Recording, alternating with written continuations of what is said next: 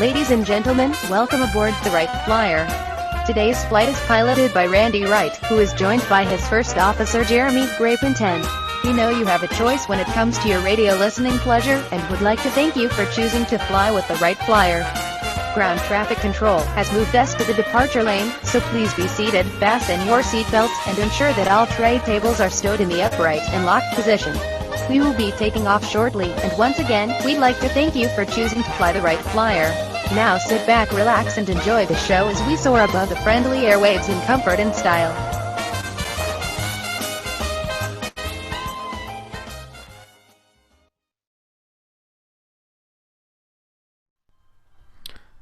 Ladies and gentlemen, welcome aboard the Wright Flyer. This is your captain speaking, and I would like to take this opportunity to personally welcome you to this constitutional edition of our state-of-the-art radio program. We know that you have a choice when it comes to your radio listening pleasure, and would like to thank you for choosing to fly the Wright Flyer.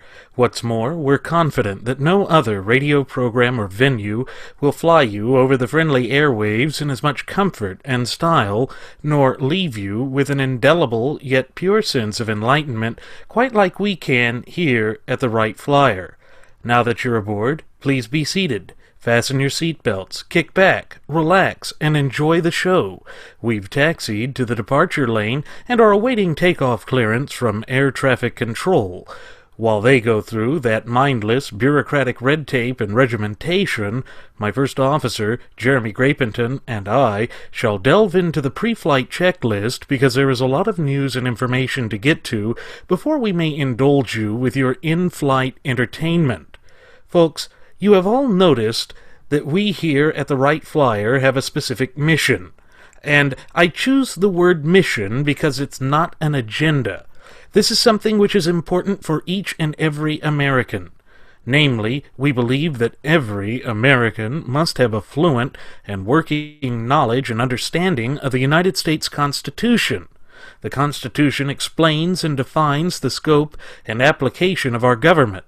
Therefore, the Constitution has a practical application which is relevant to our daily lives. Therefore, it is also imperative that we engage in discussions concerning the Constitution to ensure that we all gain a better understanding of the document and thereby a more fluent knowledge of the scope and application of our Constitution.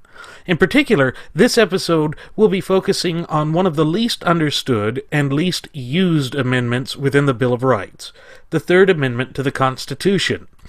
It presents us with a unique amendment.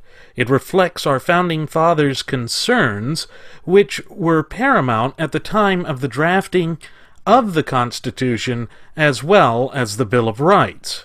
But to fully understand why the Founding Fathers considered it to be of such great importance to include it as the third article of the Bill of Rights, we have to examine the history of the period.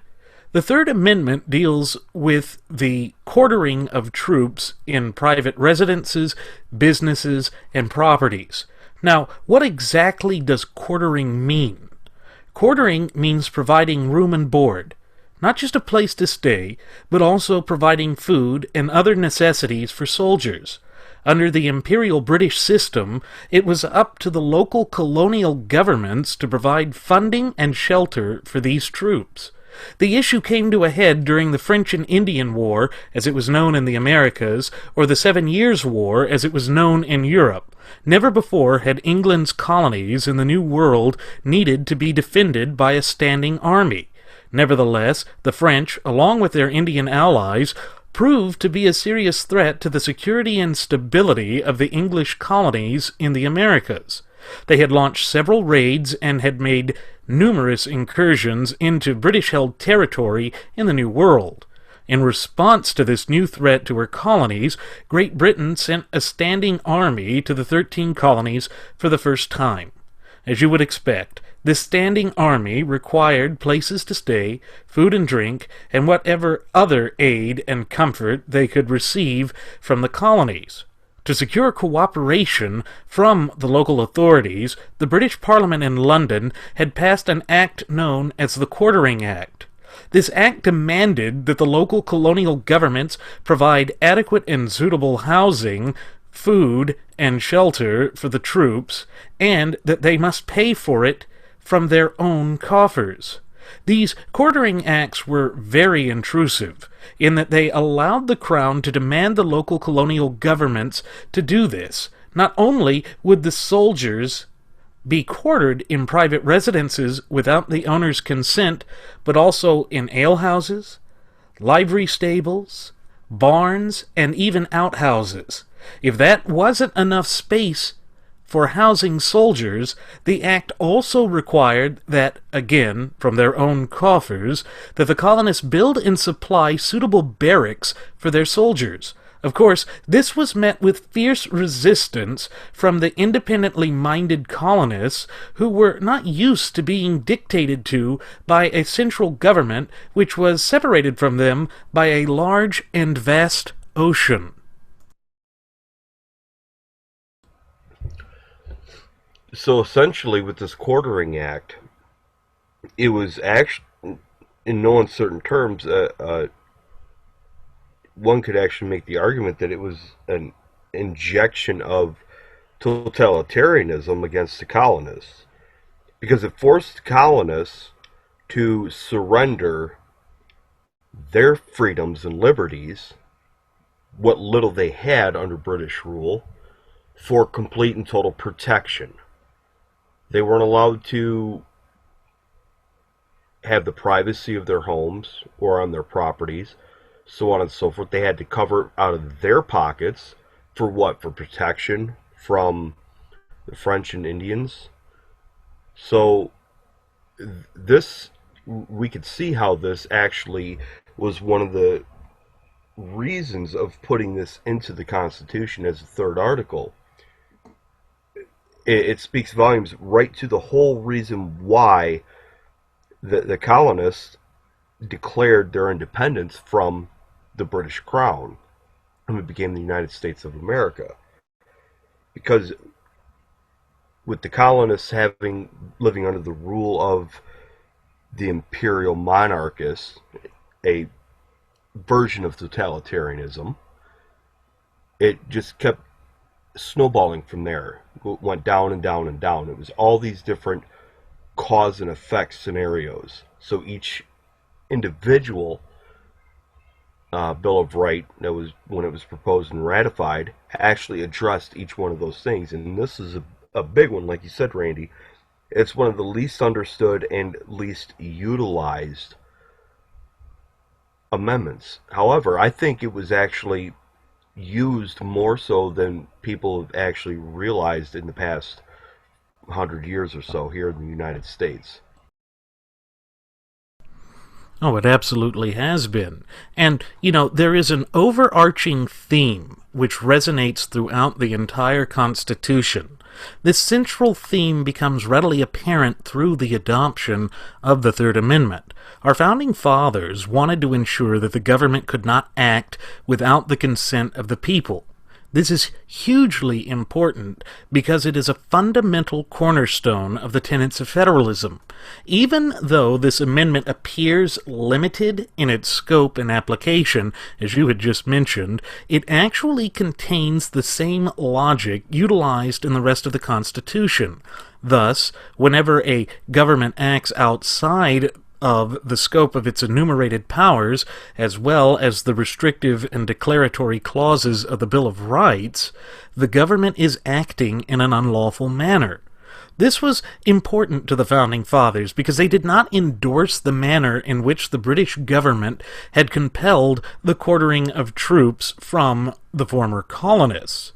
Therefore, it is also apparent that the Founding Fathers sought to limit these sorts of intrusions and encroachments upon the fundamental and sacred liberties of the American citizens. Moreover, it demonstrates the paramount importance that the Founding Fathers placed within the sanctity of the person and home.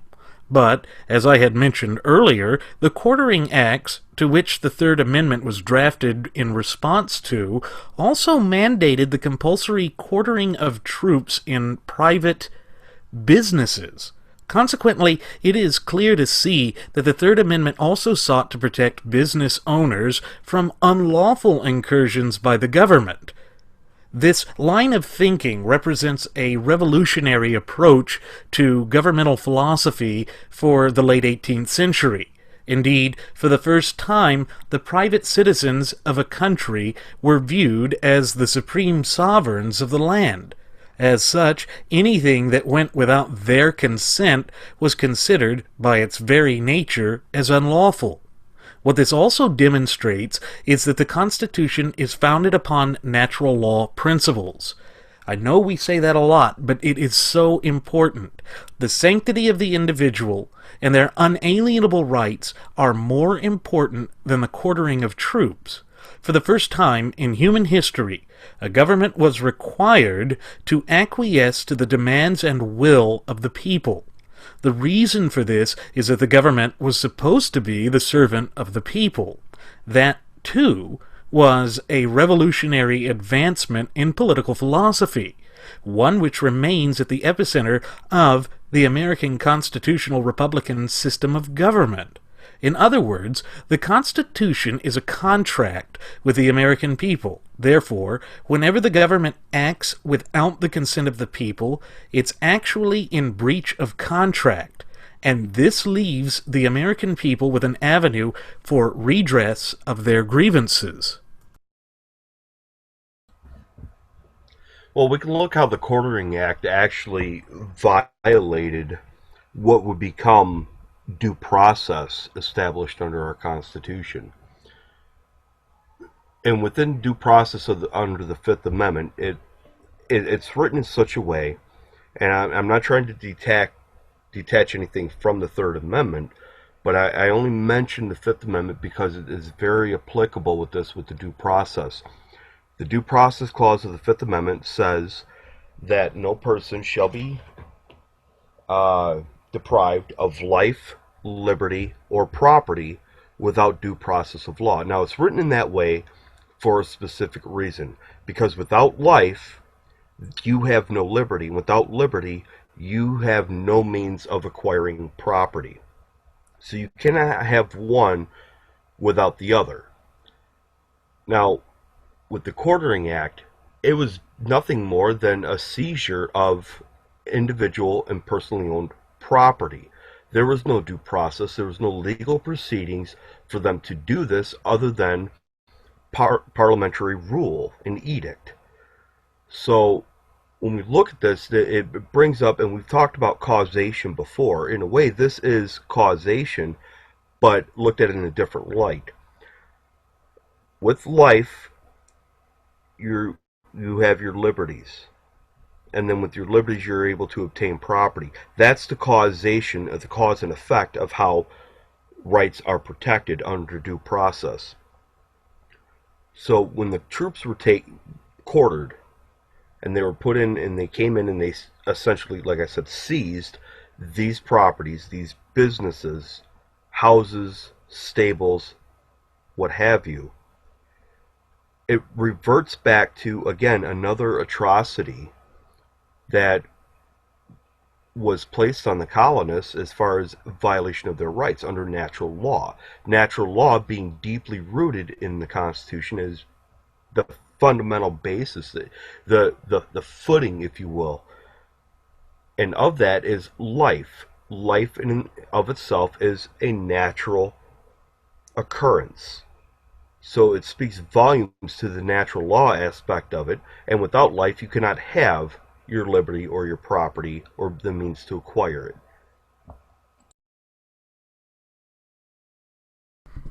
You're absolutely right. And this is all part of an evolutionary process, because England was different than France, who, by the way, that war was with that first caused all of these problems. England had developed into a system known as a constitutional monarchy. In other words, sovereignty was defined in Britain as king and parliament, whereas in an absolutist country like France, the king himself was the sovereign. England, therefore, first had a step of limiting the power and authority of the king. This was done because the barons didn't like the idea of the king being able to run carte blanche over them when it came to funding. And that goes all the way back to medieval history, where there were all sorts of fights with Edward I of the Plantagenet line through Richard I of the Plantagenet line, all the way up to the Hanoverian kings, which King George III was.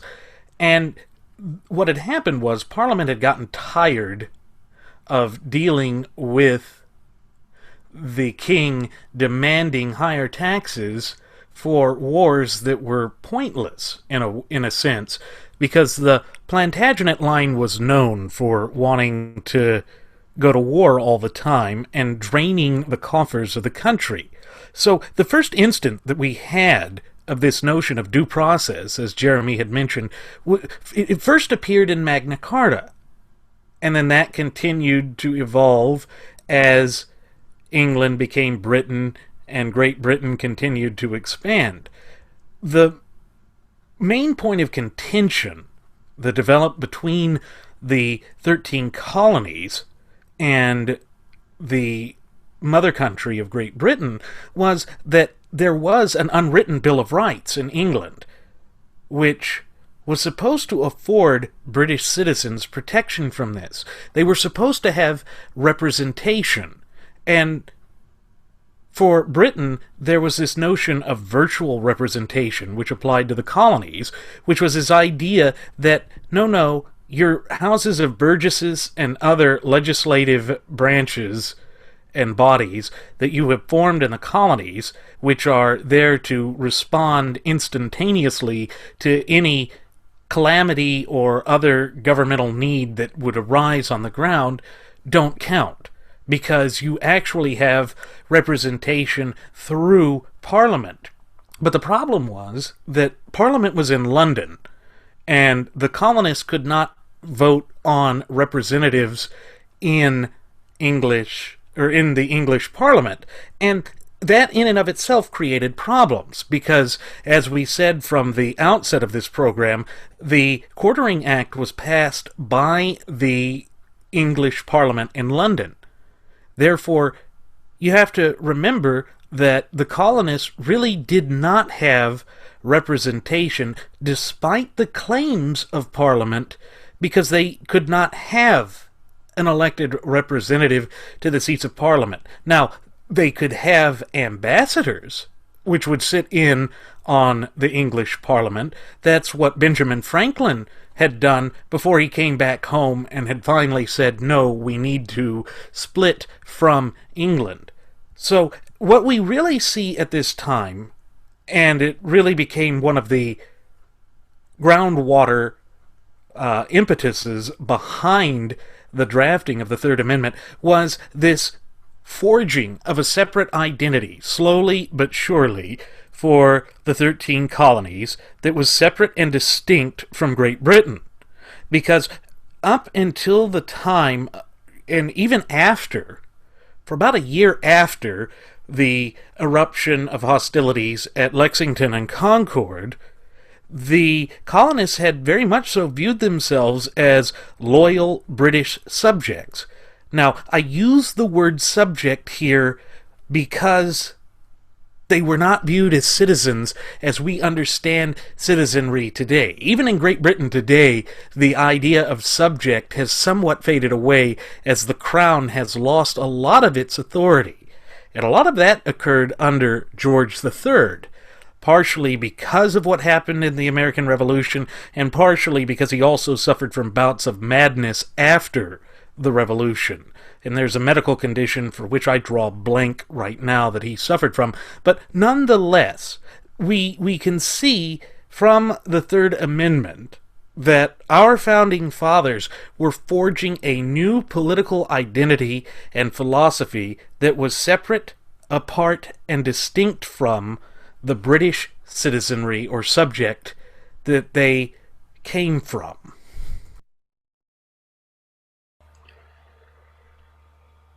Thomas Jefferson actually mentions this a few times in the Declaration of Independence, where he brings about the accusations and charges against the King of England. He says, "He has kept among us in times of peace standing armies without the consent of our legislatures. He has erected a multitude of new offices and sent hither swarms of officers to harass our people and eat out their substance, for quartering large bodies of armed troops among us, for protecting them by mock trial from punishment for any murders which they should commit on the inhabitants of these states, for cutting off our trade with all parts of the world," so on and so forth. He goes on and on. This is one of the staples of making sure that sovereignty and property of the people was maintained and kept in check against any unwanted intrusion. And we can also make the argument that this was, in a sense, one of the first major recognitions of eminent domain in this country. Even though it was during colonial times, it still happened after we declared our independence, during the Revolutionary War, and then again in the War of 1812. It happened numerous times. So, with the issue of eminent domain, for those of us that don't understand it, it's the taking of private land for public use. When that happens, and again, this is why I made mention earlier that the use of the Third Amendment has occurred in the United States over the past 100 years, and nobody has actually realized it, or very few people may have realized it and recognized what was going on. One of the prime examples could possibly be the Boston Marathon bombing that happened not so long ago. Right, and I actually will be getting into that a little bit later. Right now, though, I'm still working, up to the definition and application of it. And, when we're talking about what Thomas Jefferson had said there in the Declaration about the mock trials, what that was speaking to was the Boston Massacre. And again, not only was the Crown forcing the American colonists to quarter troops in their home and pay for these troops, they were also taking away their judges and replacing them with judges appointed by the Crown, or magistrate judges.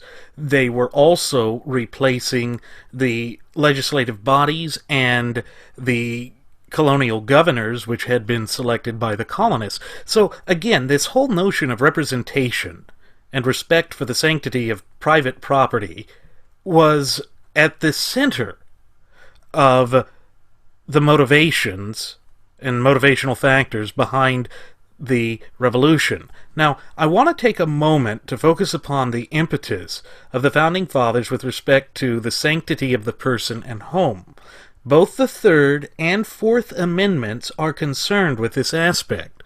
The Third, as previously mentioned, sought to prevent the government from encroaching upon the sanctity of the home, and I believe also the private businesses of the people, whereas the Fourth dictates the conditions in which the government can search or seize such premises. It's important to recall that John Hancock's home and business had been seized during the Revolutionary War. This was done not only because he supported the revolution, but also because his home was large and could quarter troops. What's more, his ships also provided a place in which the British could lodge troops and also keep prisoners. In fact, the British prison ships of the Revolution were notorious for their indecent treatment of Patriot prisoners. Thus, the Founding Fathers wished to avoid a repeat of such despotism, and they feared that the central government would be the primary instigator of such heinous atrocities in the future. The Fifth Amendment, as Jeremy mentioned earlier, ties into the concerns we see being first addressed with the Third Amendment. If ever the government seeks to commandeer or take property of the citizens, it requires that the government pay for it. Not only that, the citizens who are subject to such a taking must receive notice and a hearing before the government may move forward. Therefore, we also see the roots of due process starting with the Third Amendment. Folks, we must remember that all of the Bill of Rights are connected and interrelated. You cannot have one without the other. It's really as simple as that. Now, there has been some debate with respect to the Third Amendment as to whether it's only applicable during peacetime. The language of the amendment requires action by Congress to address this during wartime. There have only ever been a handful of Supreme Court cases which have touched upon the Third Amendment, and even then, not as the primary basis of the decision. The Supreme Court has used the Third Amendment as the basis for finding a right to privacy. Justice Douglas used the Third Amendment in connection with the other amendments as a partial basis for the majority decision in Griswold v. Connecticut in 1965. He cited the Third Amendment as implying a belief that an individual's home should be free from agents of the state. This seemed to correspond with the earlier opinion from Youngstown Sheet and Tube Company v. Sawyer from 1952. In that case, Justice Jackson cited the Third Amendment as evidence of the Founding Fathers' intent to constrain executive power even during wartime. He went so far as to say that the military powers of the Commander-in-Chief were not to supersede representative government of internal affairs. A military commander cannot seize private housing to shelter his troops. Only Congress, per their enumerated legislative authority, could enact such a seizure. I'll take it a step further. Due to the language of the Third Amendment, only an express bill which traces its authority back to the United States Constitution could legally allow the quartering of troops within the private homes and businesses of the American citizens during wartime. The most recent decision by a federal court addressing the Third Amendment occurred on February 2nd of 2015 in Mitchell v. City of Henderson. Now, the Mitchell case went before the District Court of Nevada, which held that the Third Amendment did not apply to intrusions by municipal police officers since they are not soldiers. While the Third Amendment may not apply in that case, certainly the Fourth Amendment does, as well as the Fifth and Sixth Amendments. Therefore, even the housing of police officers in the private residences and businesses of the citizens is constitutionally questionable. Either way, the interpretations by the court are non-originalist in their application.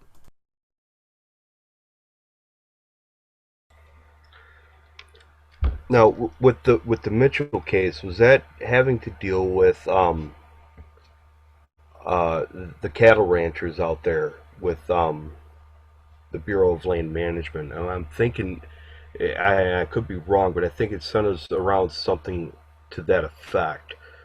Now, with that particular issue, again,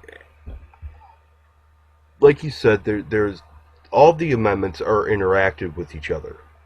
They feed off each other. They work in concert with each other.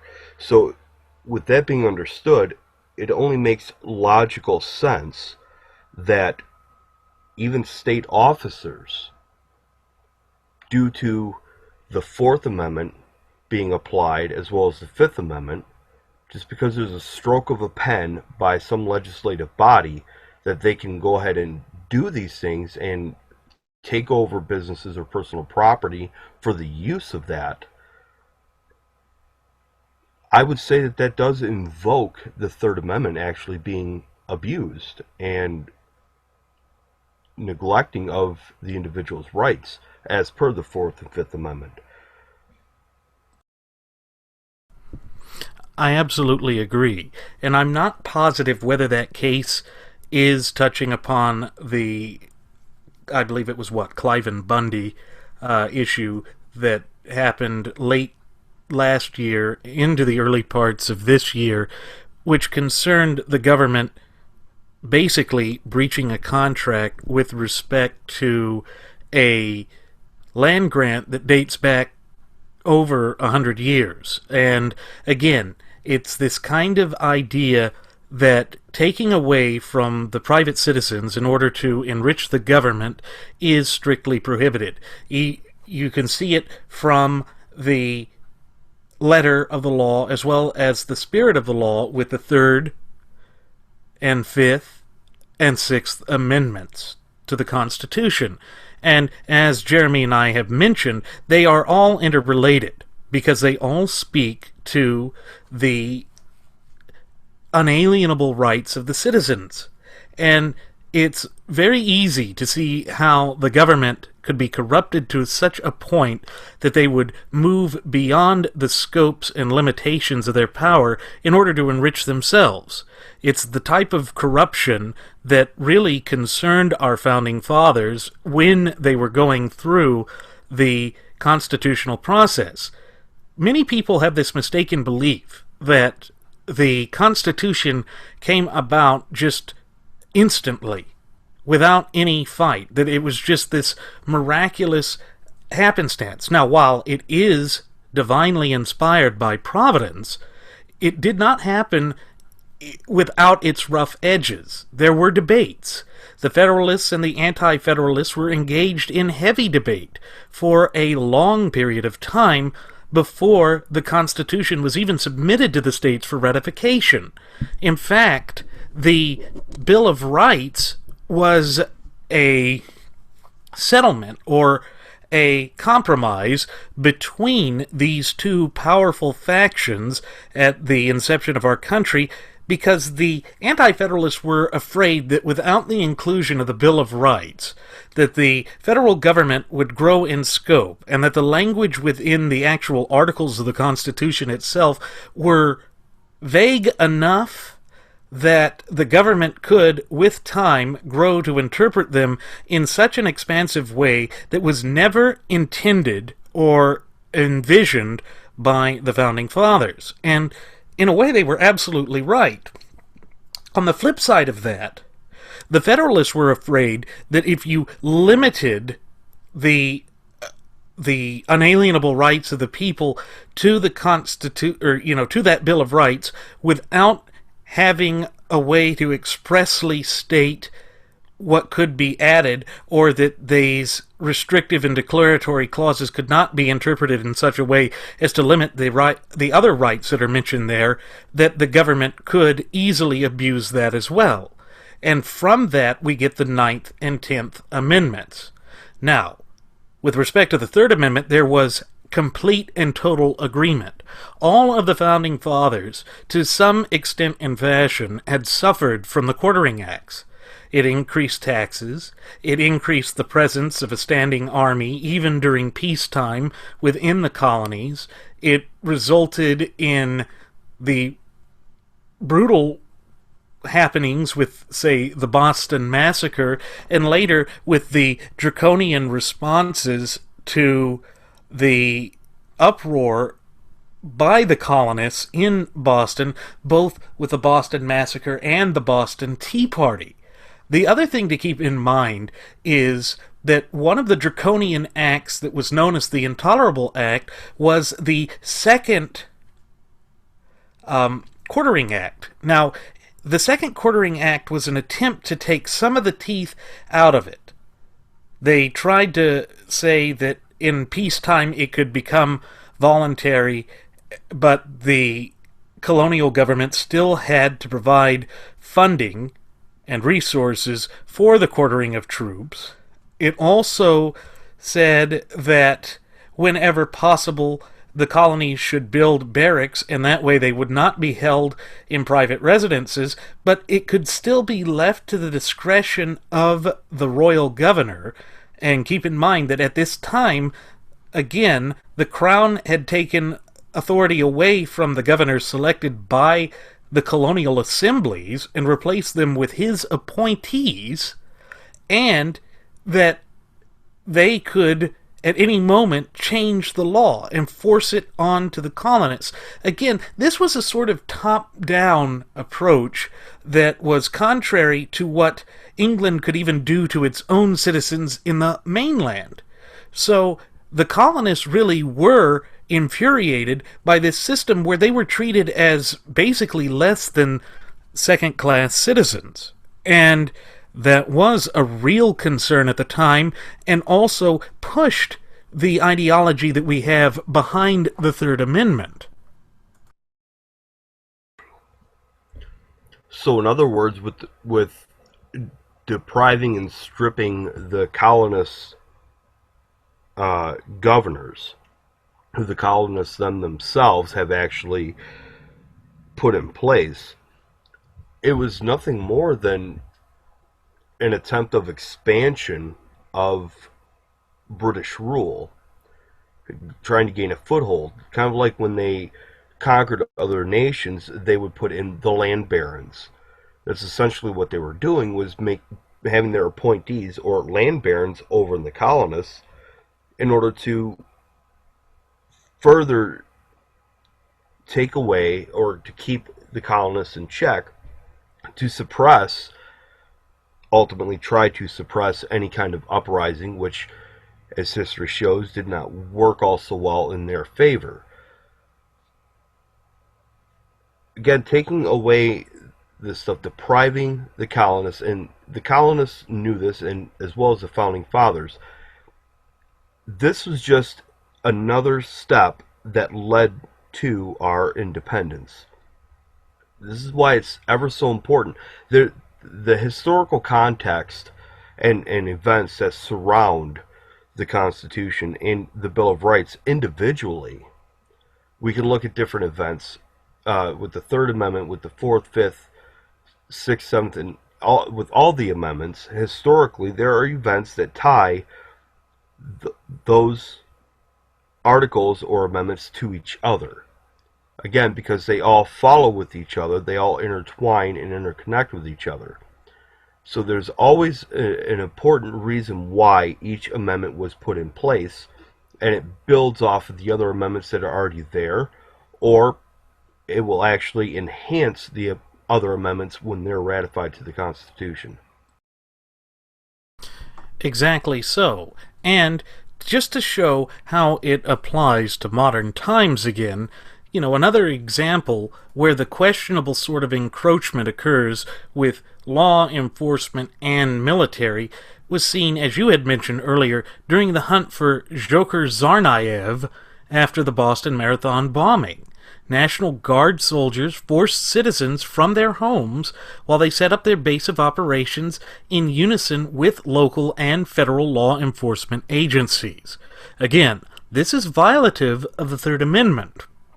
It is one of those rare cases where it is a clear violation of that amendment, yet nothing proceeded through the courts to ensure that the rights of the citizens were not infringed upon by the government.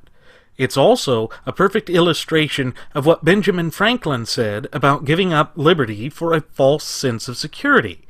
Those who do so deserve neither liberty nor security. Another question that arises from all of this is, as police forces become more and more militarized, should the Third Amendment be expanded or extended to cover quartering of law enforcement agencies as well? I think there is a real case to be made here, since the distinction of military and police has been blurred. And of course, as we could see from that Mitchell case, the courts are already rushing out to try and prevent this from applying. However, when you look at the type of tactical gear, the type of training, the type of joint operational training that we have, say with something like Jade Helm, which was also a joint law enforcement military training session for, believe it or not, I believe they were focusing on civil unrest and discourse, it was down those lines. Again, when do we expand the idea of the Third Amendment applying to law enforcement when it's really almost impossible to tell them apart. I think that is a major question that needs to be addressed. And this brings me to an important act passed by Congress, 18 U.S.C. Section 1385, commonly known as the Posse Comitatus Act. It was signed into law on June 18, 1878 by President Rutherford B. Hayes. Its intended purpose was to limit the powers of the federal government in using federal military personnel to enforce domestic policies within the United States. Now, looking at that date, we can see that it is very close in proximity of time to the Civil War. There were still things going on. Reconstruction was beginning to be wound up, but there was this real sense of fear that the federal government would use federal troops against the American people because, well, folks, Abraham Lincoln did just that. When he marched into Missouri, when he marched into Maryland and Kentucky to prevent a lawful vote from going forward on the idea of secession. Now, that's not the politically correct way to look at history now, but it is literally what happened. They were using federal troops to enforce a domestic policy against the American people. In fact, they even used the federal troops to help skew votes. They would prevent private citizens, civilians in other words, from going forward and voting on the issue while they flooded the polls with soldiers. That's what happened in Missouri. And it created a lot of resentment, and that resentment lasted past the end of the Civil War, and so in a way to try and heal these divides, Rutherford B. Hayes signed into law the Posse Comitatus Act. However, in 2011, Obama signed the National Defense Authorization Act for fiscal year 2012 into law. Section 1021b2 has extended the definition of a so-called covered person, meaning someone possibly subject to detention under the law, to include a person who was a part of or substantially supported Al-Qaeda, the Taliban, or associated forces that are engaged in hostilities against the United States or its coalition partners, including any person who has committed a belligerent act or has directly supported such hostilities in aid of such enemy forces. While Section 1021E claims to limit the scope of said authority by stating, "Nothing in this section shall be construed to affect existing law or authorities relating to the detention of United States citizens, lawful resident aliens of the United States, or any other persons who are captured or arrested in the United States," we see that it speaks only to that section. The belligerent act part of the previous section could be expanded or interpreted to mean otherwise. This is but another example of the Obama administration slowly whittling away at the fundamental principles of the United States Constitution. It allows the use of federal troops to detain persons for alleged actions without due process, and goes against the spirit and letter of the United States Constitution as well as the Posse Comitatus Act. In a sense, this 2011 Act strips Posse Comitatus of its teeth, allowing the executive branch near carte blanche powers to encroach upon the unalienable rights of the citizens. And when you utilize something like political correctness to instill a sense of fear or to change the mindsets of individuals, they become complacent and they are not cognizant of understanding what posse comitatus really is. That is how the teeth are removed from it, by changing the mindset of the individuals. And this is what worries me with the issue of the citizenry not understanding the Constitution and it being eroded away. Again, I know I rail on political correctness, but the reason for it is because it is being used to destroy this country. It's being used to destroy the individual, their free-thinking ideology and mentality. It's being used to destroy the Constitution. It's been used to destroy our courts, our legal system, to tear it down. But by all means, we still have the best legal system in the free world. It is not going to be upheld as that for very much longer. With the political correctness, and again, this is going back to the totalitarian idea that I gave earlier in the show, people become ensconced in believing that they have to rely on the military to protect them. So with the political correctness coming in, their mindset being changed, posse comitatus goes away, because they will look at it and say, well, we're here to protect you. The people will freely want that to happen. They'll say, well, okay, you can go ahead and utilize our property. We don't even know what the Third Amendment is anymore. So you can go ahead and utilize our property for your operational purposes, whether you're law enforcement or military, because we know there's some inherent danger going on, that you're doing it so you can protect us. This is exactly the drivel and the nonsense that was fed to the colonists by the British Crown when they had the Quartering Act. I fear it's happening again. History is repeating itself. And like Randy said, the history he gave about Lincoln taking the troops into Kentucky, Maryland, Missouri, so on and so forth, he said this is not the politically correct way of telling the history, but it is the correct history. That's what is I can foresee happening, is people becoming so entrenched in political correctness, they're more worried about their own emotions and feelings and safety.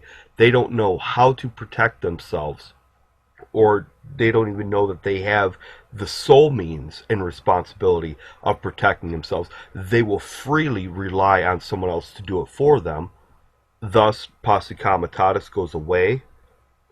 People's rights are infringed and violated, all under the guise of the government protecting people, for people to feel safe. There's another caveat that Benjamin Franklin said at the end of that quote: those who are willing to sacrifice liberty for safety deserve neither, but will most assuredly lose both. When people freely give away their rights in order to feel secure, that safety eventually goes away, because there will be instances to where that authoritative body that is in their homes, in their businesses, so on and so forth, all of a sudden they feel a sense of power, and they will utilize that power. Any kind of power, if not kept in check, will become absolute power, which will corrupt people and individuals absolutely.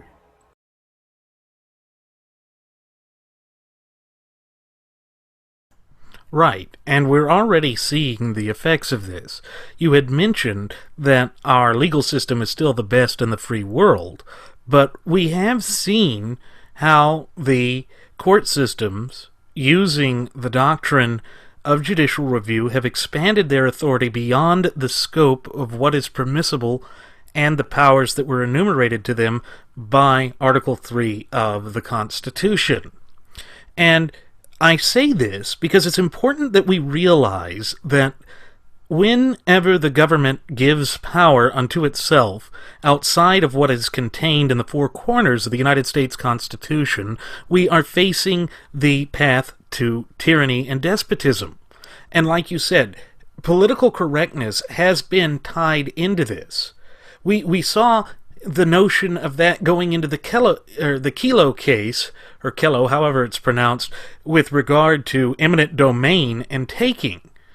It was just said that if it could be determined that it would bring an increase in tax revenue to take private property allegedly paying fair market value for it and then giving it to another private entity to build on that land, that was permissible per the Fifth Amendment. But it absolutely was not. That was expanding it beyond what was contained there, and it was saying that, look, certain groups should have more rights than other groups when it comes to how much money goes into the government coffers. That's really what we saw in the Kelo case.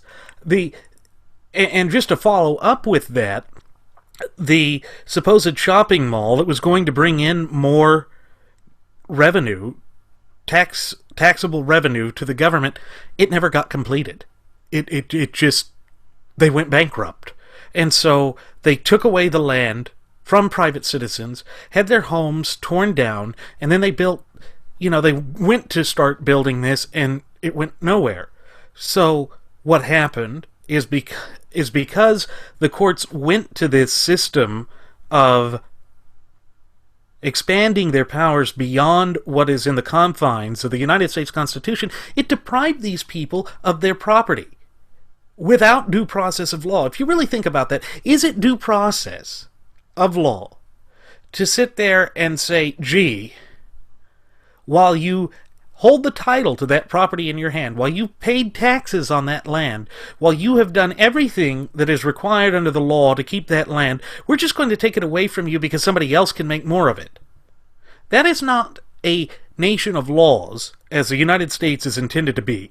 Rather, that is a nation of people, actually choosing certain people which can have more rights than others. It's very Orwellian in its application.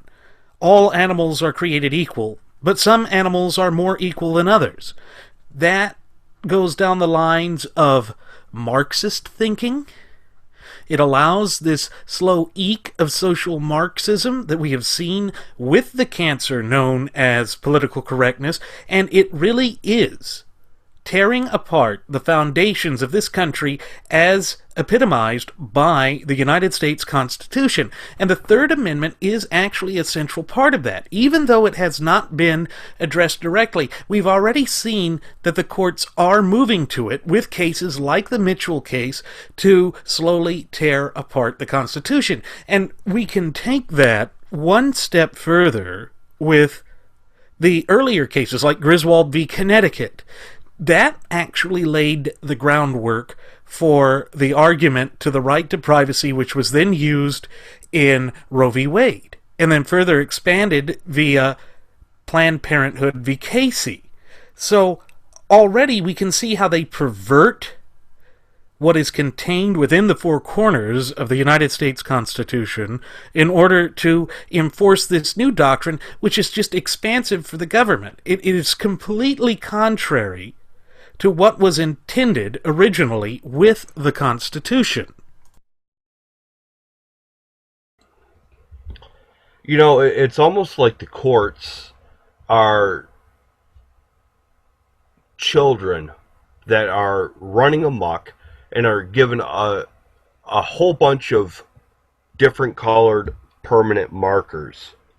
Not crayons, but permanent markers, in the sense that they're just turned loose in a brand new home, freshly painted, to do whatever they want with, and there's nothing but incoherent writings all over the walls that cannot be removed.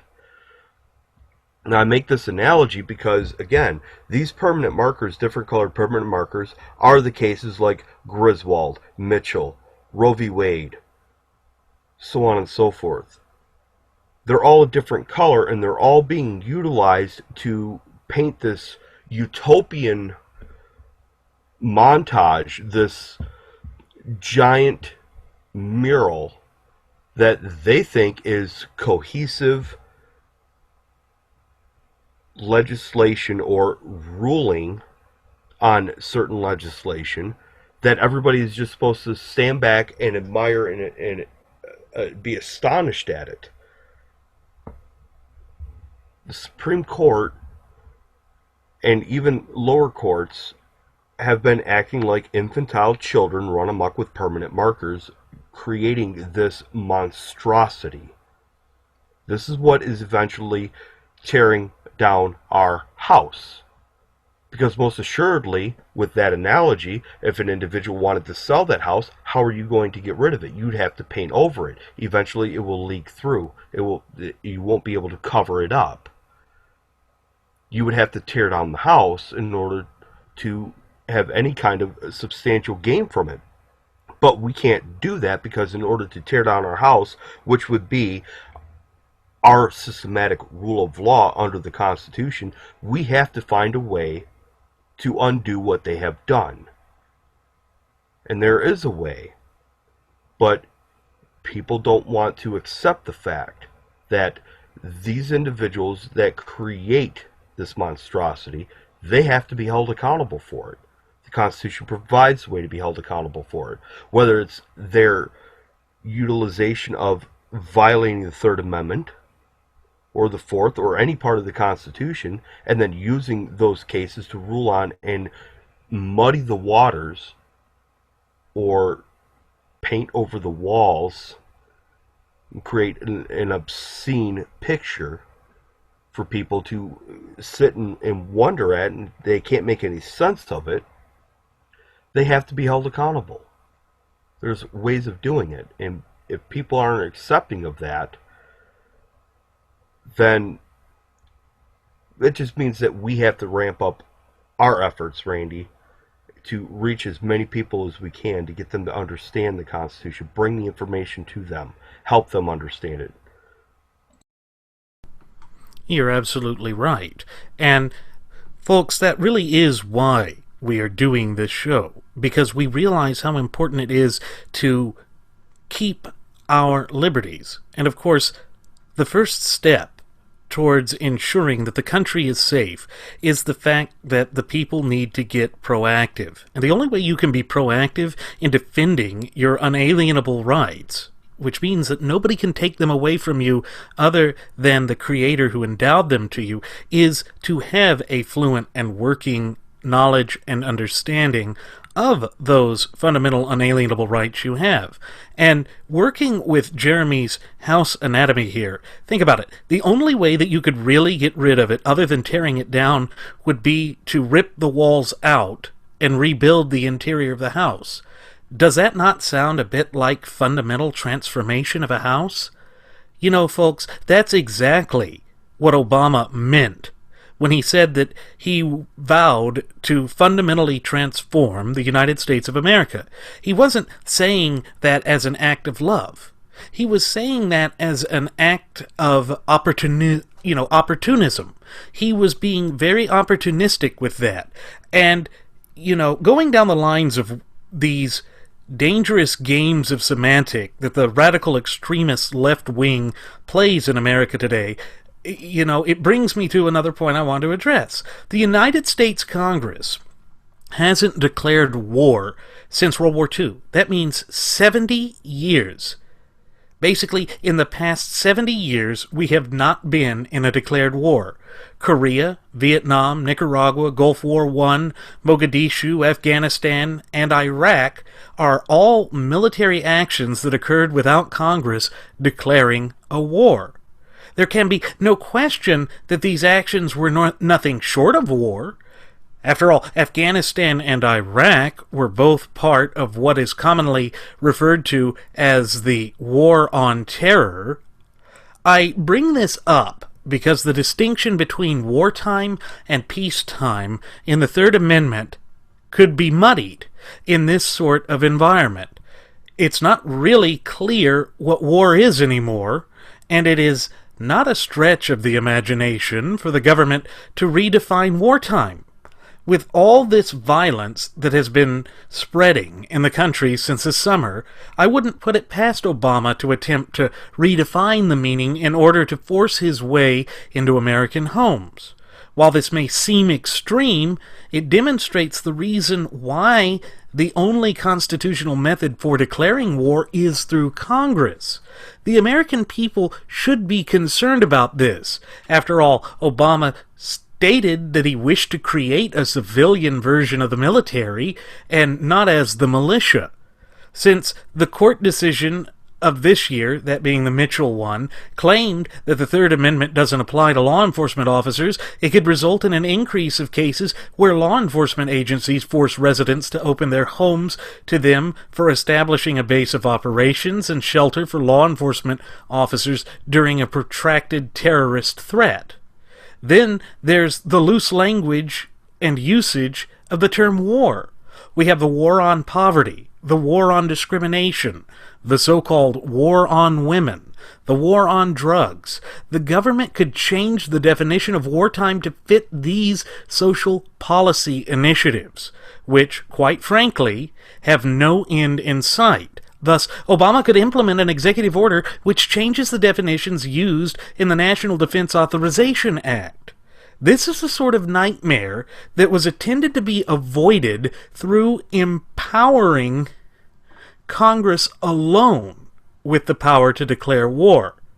However, through the War Powers Act and sloppy semantics, Congress has opened a proverbial Pandora's box for abuse by the executive branch to intrude upon the rights and liberties of the American people.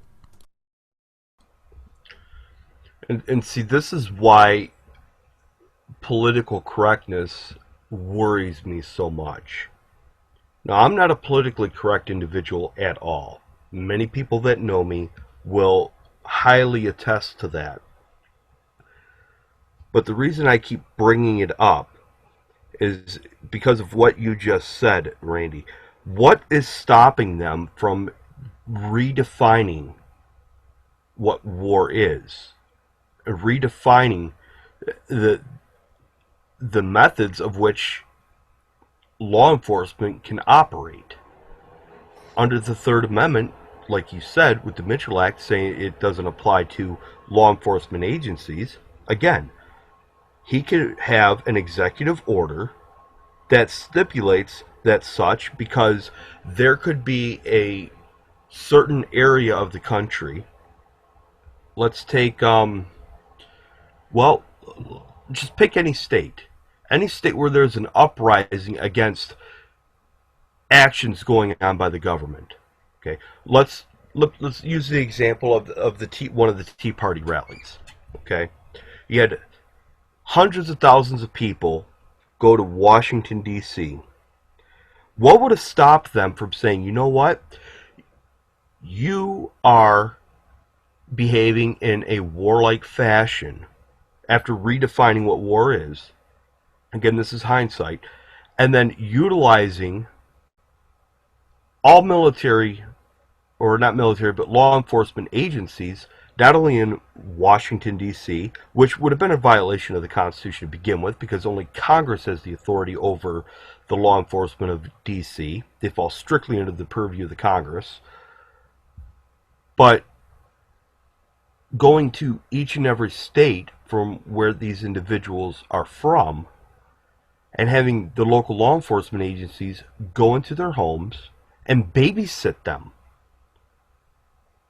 Not just go there to, stop them from, but to go into their homes and babysit them as if it was a government babysitter sitting inside their homes, monitoring what they watch, what they say on the telephone, what they look at on the internet with their computers, and if there's anything that attributes them, their actions, being involved in the Tea Party movement or any other patriotic movement, now they're arrested, they're immediately detained, and they're prosecuted, maybe without even due process. They're just put right in jail. People would say, well, that's conspiracy stuff. Not really, because it's happened in the past. Not of that magnitude with that kind of technology, with the internet and so on and so forth, but it did happen. Abraham Lincoln did some of those things. Vallandigham, from, I believe he was Ohio, was removed right out of the House of Representatives, taken right out of his seat in the House of Representatives, and deported out of the northern states because he said Lincoln was behaving like a tyrant. All Lincoln did when that happened was proved Vallandigham to be correct. What is stopping any other sitting president or even Congress or anybody that wields a pen and has authority as being a governor of sorts, governing over we the people, from doing that?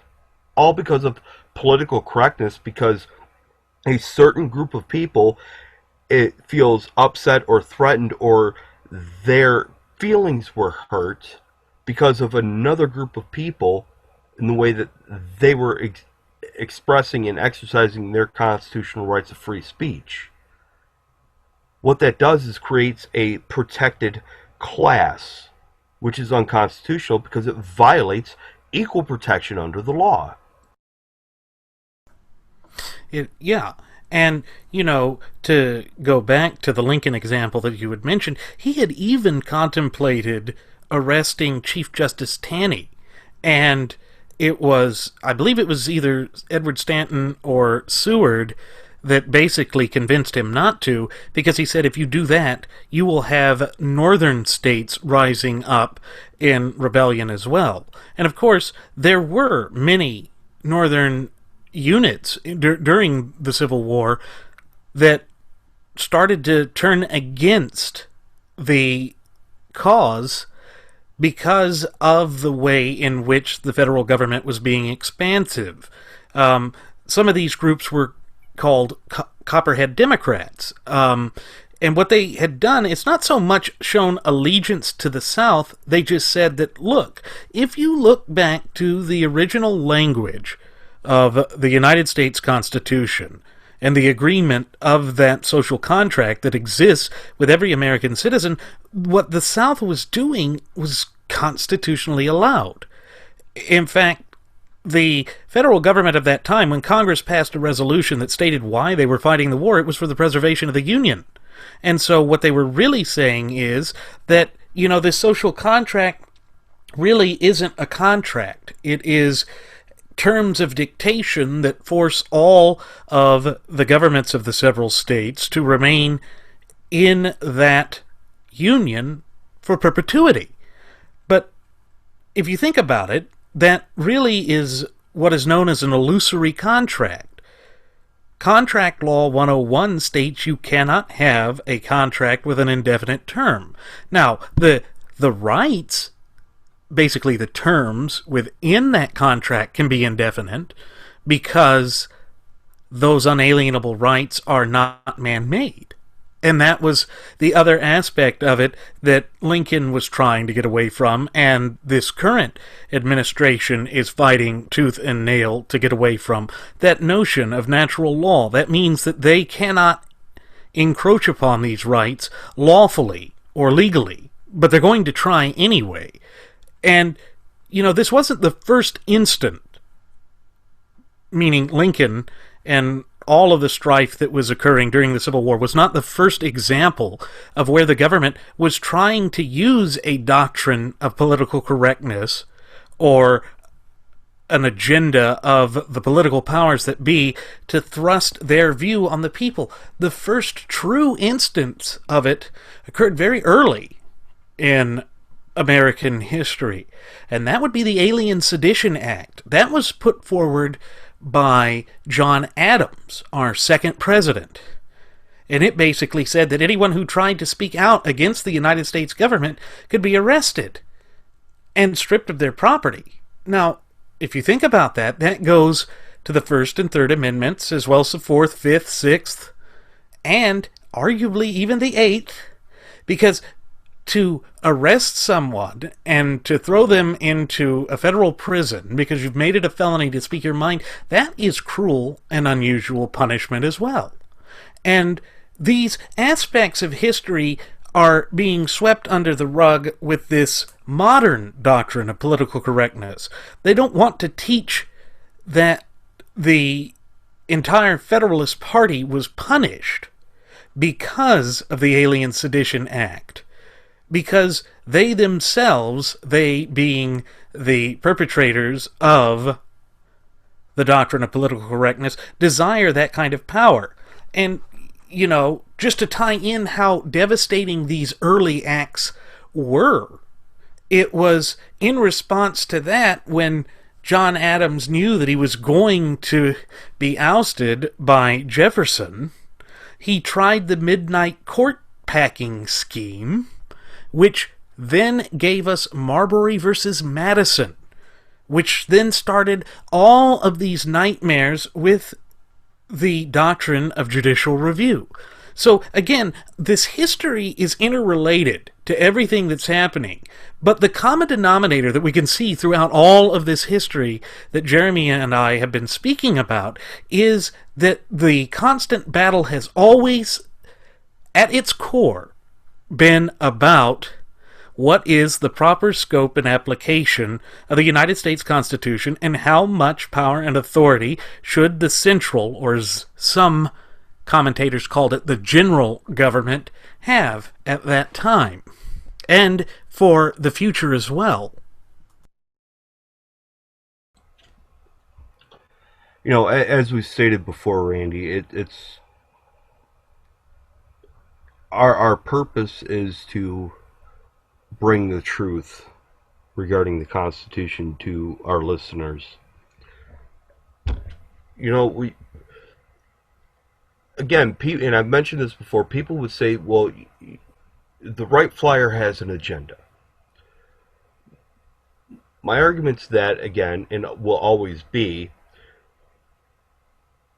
speaking the truth, when speaking the truth, there can be no agenda, because the truth has no agenda. It's void of having an agenda. It just is. It exists. It's there. It cannot be, you cannot get away from it. You may not like it.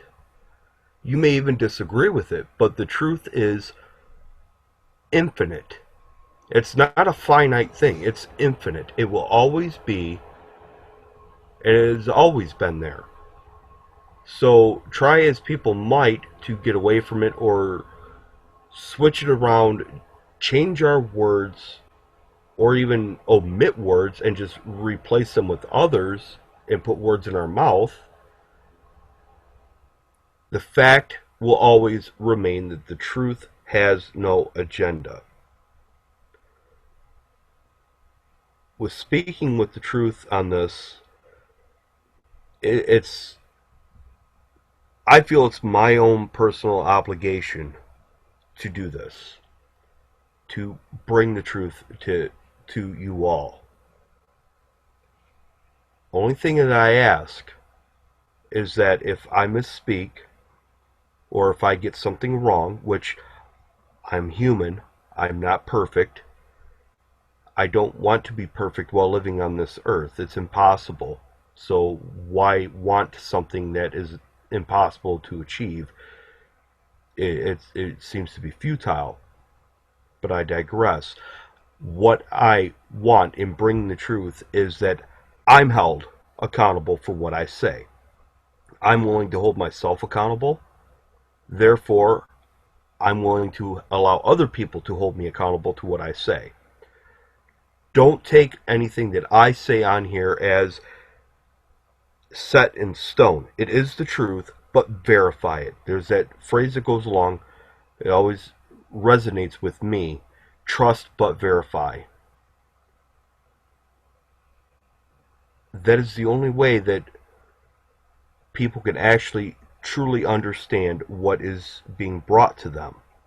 You can't just listen to what somebody is saying or just hear what they're saying. You have to be able to understand it. And that can only be done so much by the person speaking. This is a two-way street. Okay? So with that being said, research what we say. Look it up, and for all intents and purposes, leave us a comment. Let us know what you think. Let us know if we've impacted you in any some way. If you have a differencing of opinion, please leave us a comment. We'll address it. We may even have individuals come on as special guests to discuss a differencing of opinion from time to time. I'm certainly not opposed to that. But we do this because we see what's going on. We, as students of history and of the Constitution and natural law, we're seeing history repeat itself over and over and over.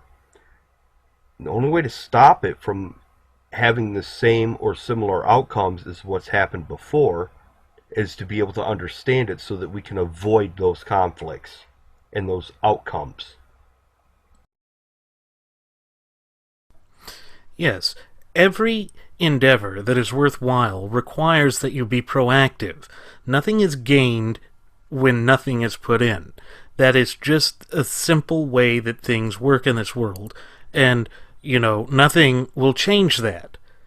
So what we're really hoping for here is that we spark that sense of curiosity in each and every one of our listeners so that they go out and expand their knowledge. And as Jeremy said, yes, we are completely open to your comments and to receiving your interpretations of what have been said so that we can then engage in it, because only through this open and honest dialogue can we truly expand the knowledge and understanding of the United States Constitution.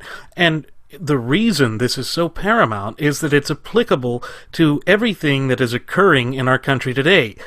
Wherever you turn and you see that something is wrong with the government, 9 times out of 10, it's because the government has overreached its authority, which was enumerated to it by the Constitution.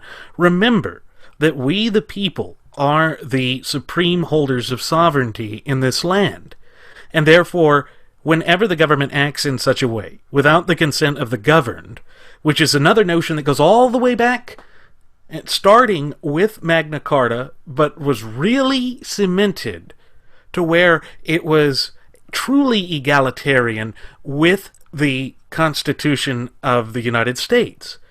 And what is so amazing about that, and the fact that our Constitution is the longest continuously running Constitution in world history, is the fact that our Founding Fathers and the citizens of America at that time were really dedicated to this great system that they have created.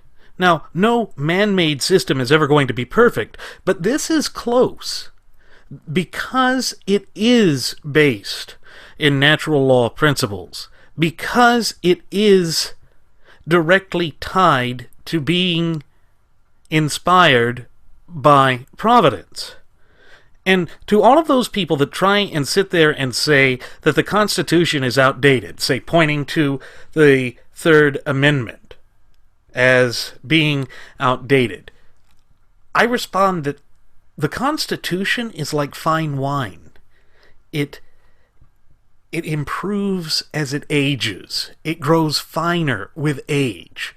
And there is a rich, robust history behind our Constitution. And again, I say it is our Constitution because it, as Jeremy has stated before, and as I state, and as we both shall continue to state, this Constitution belongs to we, the people of the United States. That's why it's in the preamble to the Constitution itself.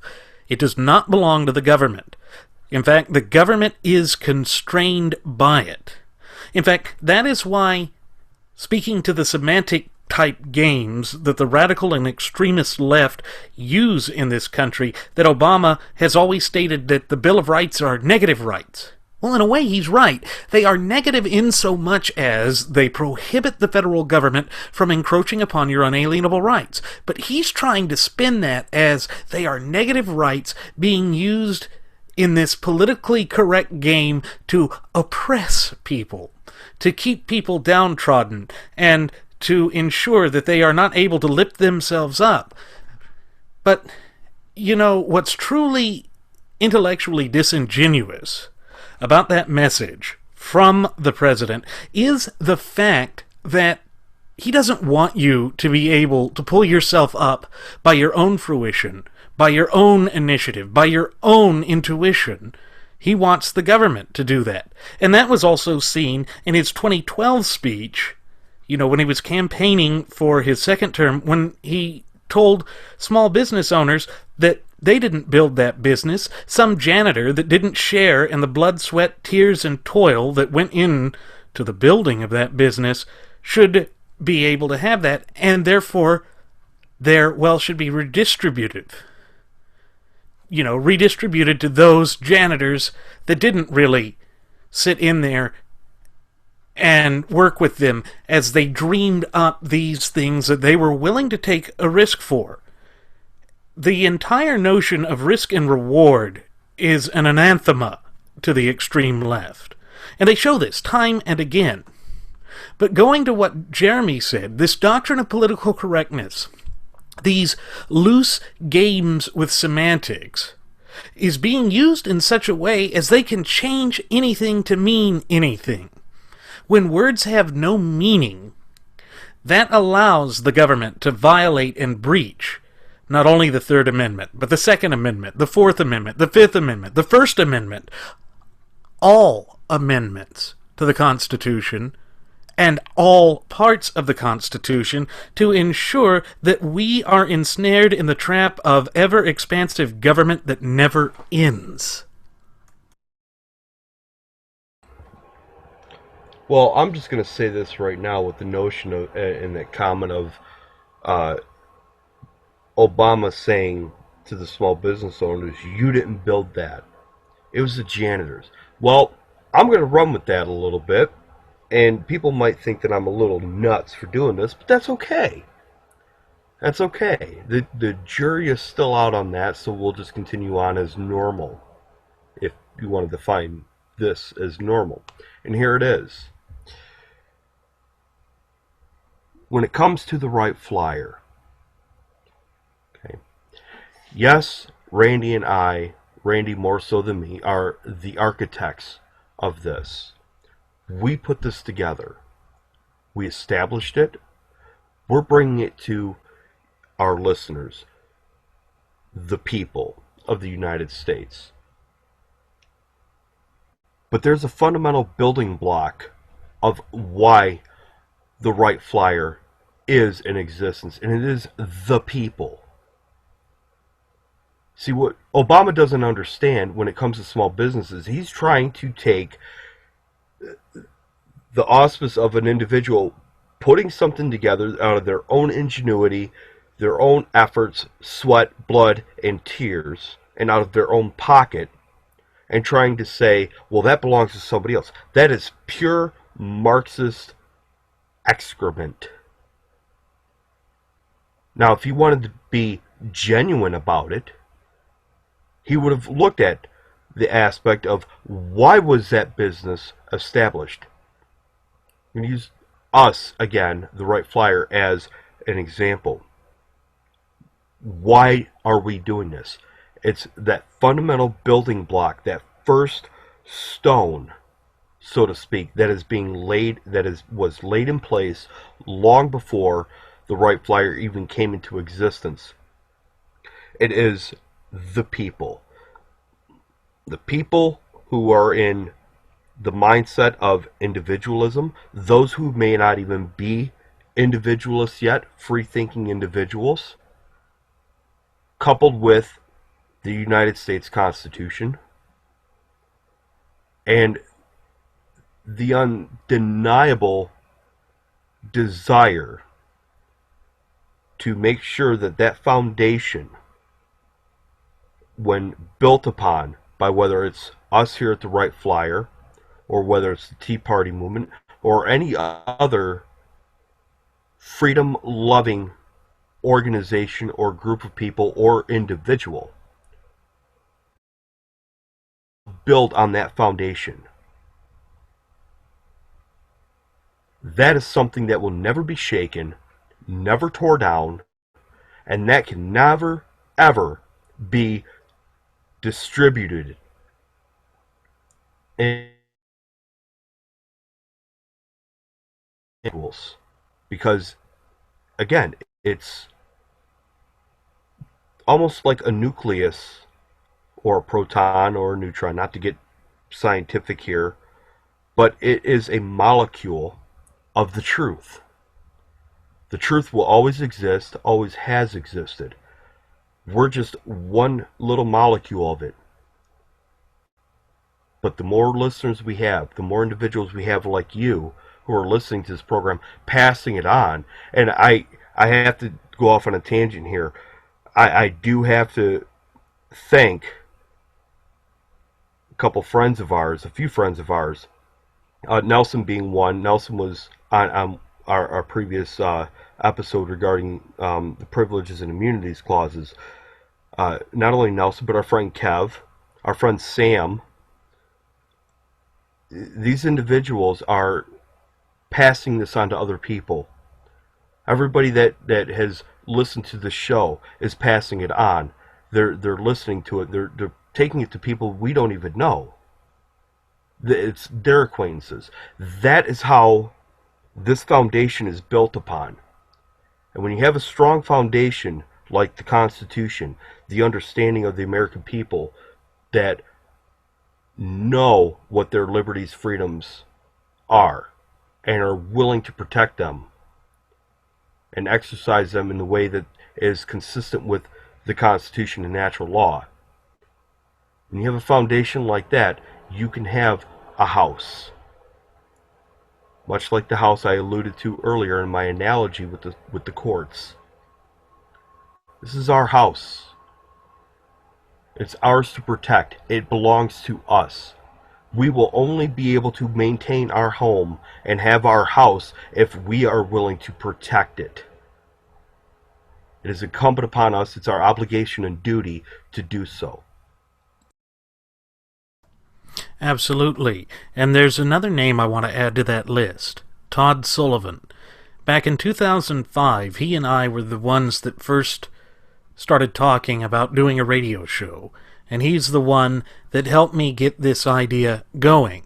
I always had the idea that I wanted to be able to reach out to the people, to share not only my view and opinion of things, but to learn what their views and opinions were, so that we could gain not only a historical understanding, but a full legal understanding and constitutional understanding of how the government was supposed to work.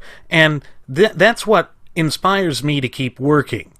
You, the good listeners of this show, were the type of inspiration that helped me get through law school. 3 years of absolute hell, but it's been absolutely worth it in that it sharpened what I'm able to see, and so that I can share it, and then people like Jeremy add to it, Nelson add to it, and guess what? You too can add to it.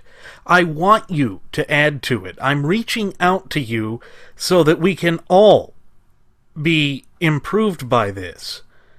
Because when you have a president like President Obama, who goes out and says that all of your efforts are meaningless because you didn't build it, he can also at the same time sit there and say, your house isn't yours because even though you purchased it, it isn't fair that you have it. And it actually belongs to the government. And therefore, I can send troops or police officers or any type of law enforcement agencies into it because it's really all of ours. That's not the case. The Constitution is all of ours, but he's trying to restrict it just to the hands of government. And that's totally contrary to what our founding fathers intended with the adoption and implementation and ratification of the United States Constitution. And therefore, it has been said that liberty is fickle. And in a way it is. Because liberty, meaning rights, those unalienable rights that we have, are always coupled with a duty. And I know that I've harped on this time and time again on previous shows, as well as on this one. But it is because it is of such importance that it bears repeating. Because the only ones who are going to ever be able to defend your rights are you. You, me, Jeremy, we, the people, we have to be proactive, because we are the sovereigns. And that is what the Third Amendment pointed to. That's what all of the Bill of Rights points to. That's why it was included in the United States Constitution as both declaratory and restrictive clauses, to ensure that the government could not redefine sovereignty in the way that it had been defined at the time of the Revolutionary War and before, with the Quartering Acts, so that this amorphous, faceless, unaccountable central government couldn't just come down and dictate how you could live your life, or how you should live your life, or what you can eat, or what your kids can eat at school. So, something similar to what Michelle Obama has done with her food products and student school lunches. All of this is designed to take away individual initiative, individual accountability, self-respect, self-accountability, and self-determination. They don't want you to have self-determination because, as Jeremy has mentioned, they are attempting to create this separate political class. This is true political elitism through the doctrines of social Marxism and whatever other isms you want to throw out there. They believe they are smarter than we are. And I don't believe I'm smarter than any of my listeners or anyone. I got to where I am through my own initiative and hard work. And that's what we can all do. And that's how you learn the Constitution, through your own hard work and initiative. We're providing you the building block to get there. Now, with that said, we've come now for our time to descend. I'm going to send the flight attendant back to you for one last round of alcohol. Once again, I'm your captain, Randy Wright, and joining me is my first officer, Jeremy Grapington. As always, we are very appreciative for you tuning in and listening to us. As we have already stated, we couldn't do this without you, and that we do all of this for you. And we are very appreciative that you fly with us, and we hope to see you again next time. So sit back, relax, and enjoy it as we take it home. Thank you for flying the Wright Flyer.